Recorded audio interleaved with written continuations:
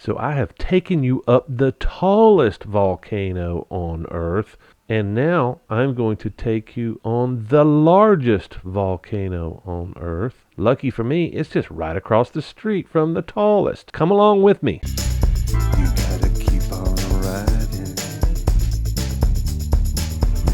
So this is the third volcano on the island that I have visited, and I had no idea how massive it was until I rolled down the one-lane road to get to it. It's basically on the saddle, which is the saddle road I'm riding on now, and it's over on the left. Mauna Kea, that I've visited twice already, is on the right, and you just turn down this unfascinating single-lane road, and it takes you 20,000 miles down this single lane road through all this amazing lava. It just seems like it never ends, and the road is so crazy twisty, and there's little pull-offs everywhere, apparently because this one lane road takes two-way traffic. And I have met traffic on this. I've tried to get up on Mauna Loa several times, but have always been unsuccessful because of the weather, or something on my body is wet, or I had some other thing planned and I wanted to just take a quick peek out here. But once I learned that this one lane road was the path up there, I figured sunny day like today, there was very few clouds in the sky when I started, and that's always completely different on the mountains.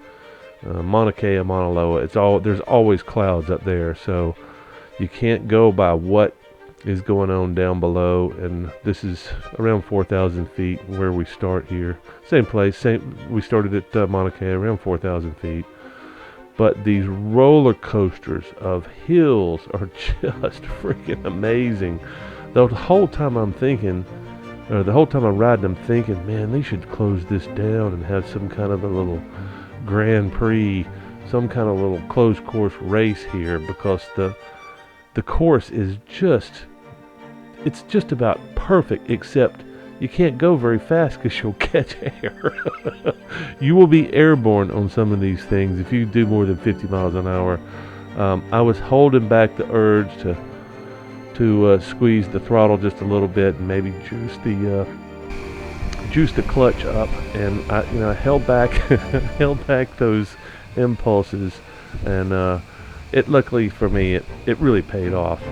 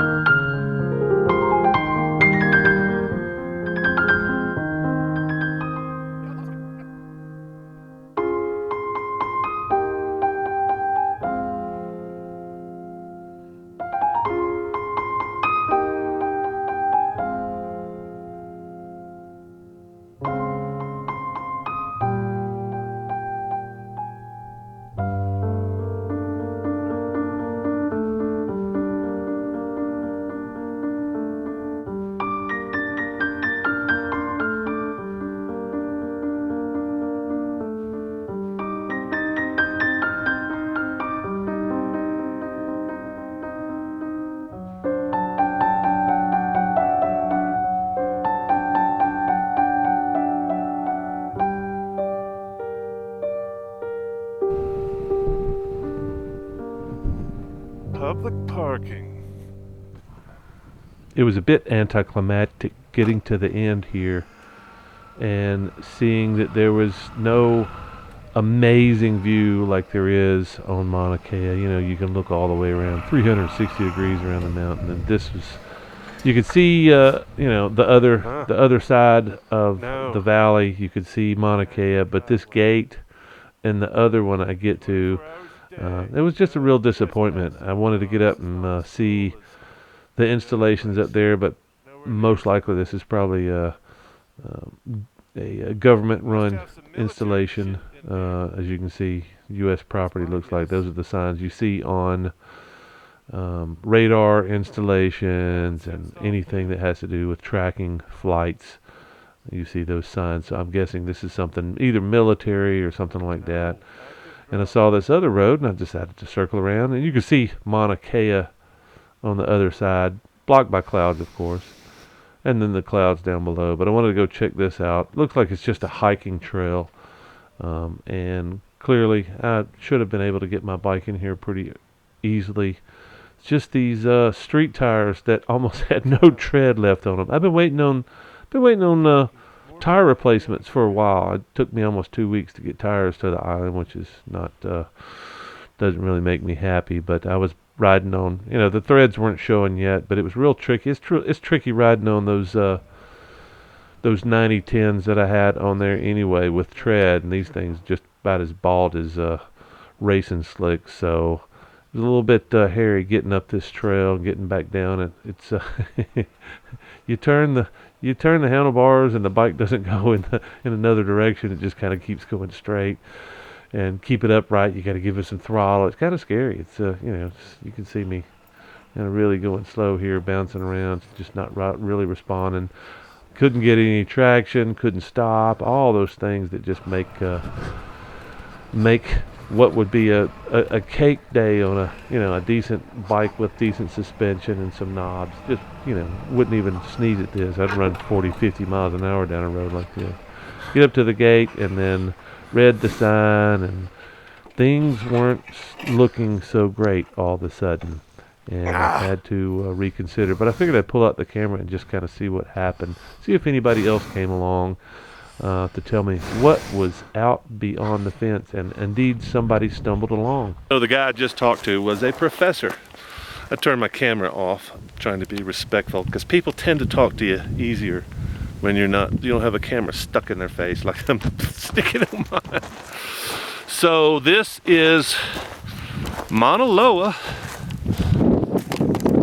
and it's very windy up here. So I'm not sure how this is going to turn out. I guess I could have gotten a cordless mic and hooked myself up there, but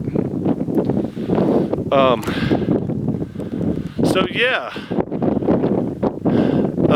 Interesting conversation. He said that to get past this gate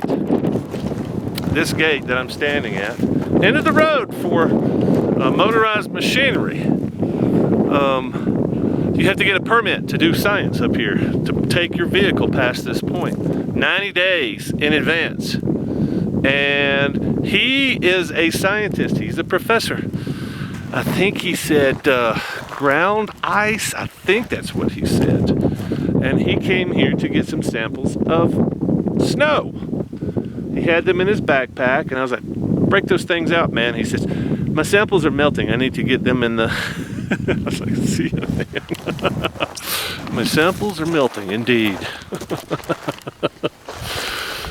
I can be quite obnoxious when I start asking questions. So, I think I'm going to go back to my other spot, set up my camera. Or maybe I'll just hang out here. There's plenty of people parked up here at the parking space down there. So maybe somebody else will come through and want to talk to me. I just don't know. Well, it'd be really nice if I would have brought a chair today so I could sit down and chill, do some time lapsing.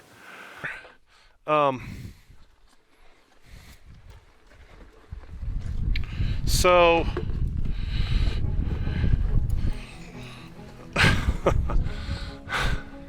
adventure schmenture. Let's be careful and ride this bike like an old man. I mean, I kind of feel like I'm on ice with these tires.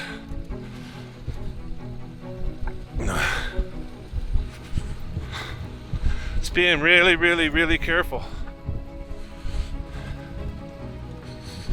so as not to disturb Pele.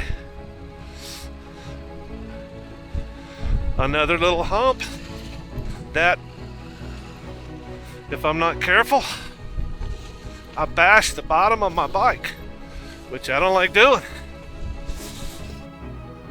So I did manage to wrangle my bike with the bald street tires out of this rocky little path here that was closed to anybody but the most privileged scientist, I guess. Maybe it's just to go rescue people that get stuck. That's probably more likely.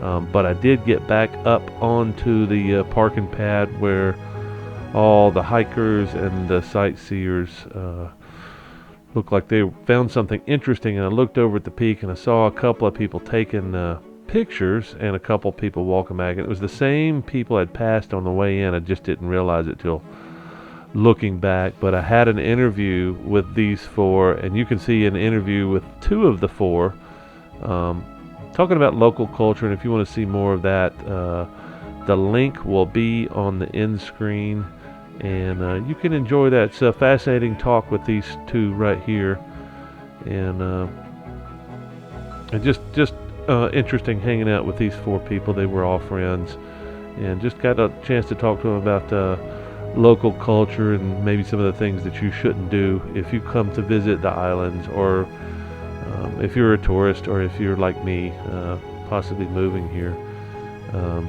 Just kind of keep yourself out of trouble. Keep bad taste out of the mouth of the people that live here.